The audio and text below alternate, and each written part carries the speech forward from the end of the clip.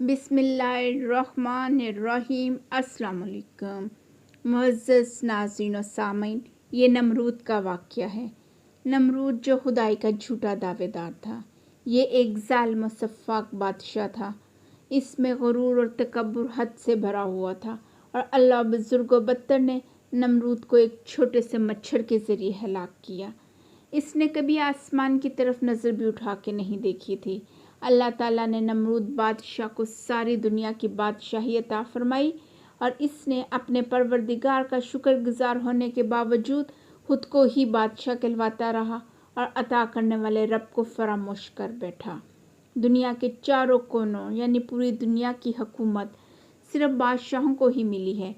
इनमें 2 मुसलमान बादशाह थे, हज़रत सुलेमान अलैहिस्सलाम और ज़ुल्करनैन अलैहिस्सलाम, और 2 काफिर यानी नमरूद बिन कनान और बख्त नसर थे।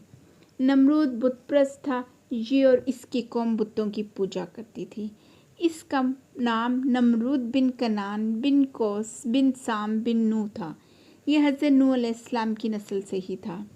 नमरूद और हज़रत इब्राहीम अलैहिस्सलाम के दरमियान मनाजरा उस दिन हुआ जिस दिन वो आग से निकले। नमरूद के महल में बड़े बड़े कीमती पत्थरों के बुतों के मुजस्मे थे। जब हज़रत इब्राहीम अलैहिस्सलाम का और नमरूद का आमना सामना हुआ तो हज़रत इब्राहीम अलैहिस्सलाम ने फरमाया कि मेरा रब ज़िंदा करता है और वो मारता है। तो नमरूद कहने लगा कि मैं भी ज़िंदा कर सकता हूँ और मार सकता हूँ। इस बात को साबित करने के लिए नमरूद ने 2 कैदी बुलाकर बेकसूर को मार डाला और कसूरवार को छोड़ दिया और कहा कि देखो, मैं जिसे चाहूँ मार दूँ और जिसे चाहूँ ज़िंदगी दूँ। इस तरह उसने सबको फ़रेब देने की कोशिश की, लेकिन हज़रत इब्राहीम अलैहिस्सलाम की दलील का ये जवाब नहीं हो सकता था और ना ही मौज़ूए मुनाज़रा से इसका कोई ताल्लुक़ था। ये तो एक बेकार सी बात थी। हज़रत इब्राहीम अलैहिस्सलाम ने जो दलील पेश फरमाई थी वो ये थी कि जानदारों का जीना मरना आम मुशाहिदे की बात है, क्योंकि ये वाक़यात खुद ब खुद पेश नहीं आ सकते, जिसकी मशीयत के बग़ैर इन अशिया का वजूद में आना महाल है, जो सितारों, हवाओं, बादलों को एक जगह से दूसरी जगह ले जाता है और बारिश बरसाता है। उन जानदारों को पैदा करता है जो हमें नज़र आते हैं और फिर उनको मौत से हमकनार करता है। इस दलील पर हज़रत इब्राहीम अलैहिस्सलाम ने फरमाया कि मेरा परवरदिगार तो वो है जो पैदा करता है और मारता है।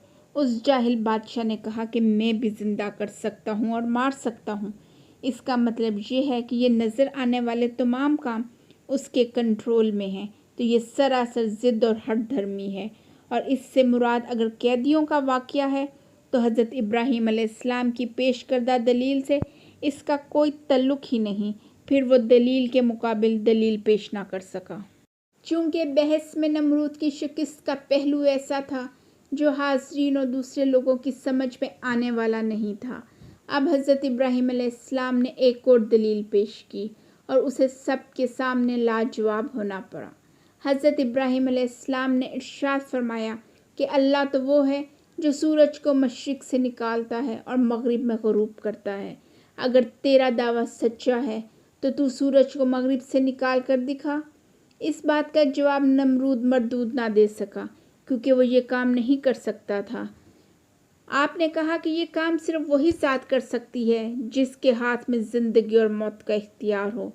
हज़रत इब्राहीम अलैहिस्सलाम ने फरमाया कि अगर तू ज़िंदगी और मौत देने का दावेदार है तो सूरज को मग़रिब से निकाल कर दिखा, क्योंकि जो ज़िंदगी और मौत दे सकता है वो हर चीज़ पर गालिब होता है, उसे मग़लूब नहीं किया जा सकता, और हर चीज़ उसके हुक्म की पाबंद होती है।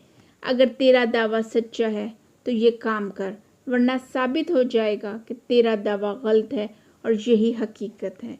हज़रत इब्राहीम अलैहिस्सलाम ने कहा कि हर शख्स जानता है कि तू ये काम नहीं कर सकता, तो तू इतना आजिज़ है कि एक मच्छर भी पैदा नहीं कर सकता।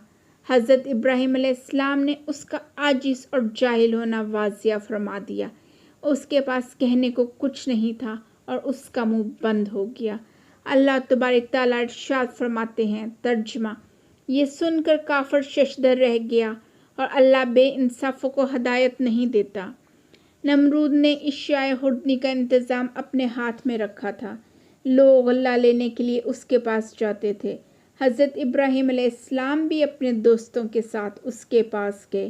اس نے حضرت ابراہیم علیہ السلام کو غلہ دینے سے انکار کر دیا۔ آپ علیہ السلام خالی ہاتھ لوٹے اور گھر کے قریب پہنچے تو دونوں بوروں کو مٹی سے بھر لیا اور سوچا کہ جب میں گھر پہنچوں گا تو گھر والے مطمئن ہو جائیں گے۔ گھر پہنچ کر انہوں نے بورے اتار دیے اور سو گئے۔ آپ علیہ السلام کی زوجہ حضرت سارہ علیہ السلام اٹھ کر بوروں کے پاس گئیں تو انہوں نے دیکھا کہ دونوں بورے غلے سے بھرے ہوئے ہیں اور ان میں بہت عمدہ غلہ ہے۔ انہوں نے کھانا تیار کیا اور جب آپ علیہ السلام بیدار ہوئے تو انہوں نے دیکھا کہ کھانا تیار ہے۔ انہوں نے پوچھا کہ یہ کھانا کہاں سے آیا؟ تو حضرت سارہ علیہ السلام نے فرمایا کہ جو آپ لائے تھے اسی سے تیار کیا ہے۔ حضرت ابراہیم علیہ السلام سمجھ گئے کہ یہ اللہ تبارک تعالیٰ نے معجزانہ طور پر عطا فرمایا ہے۔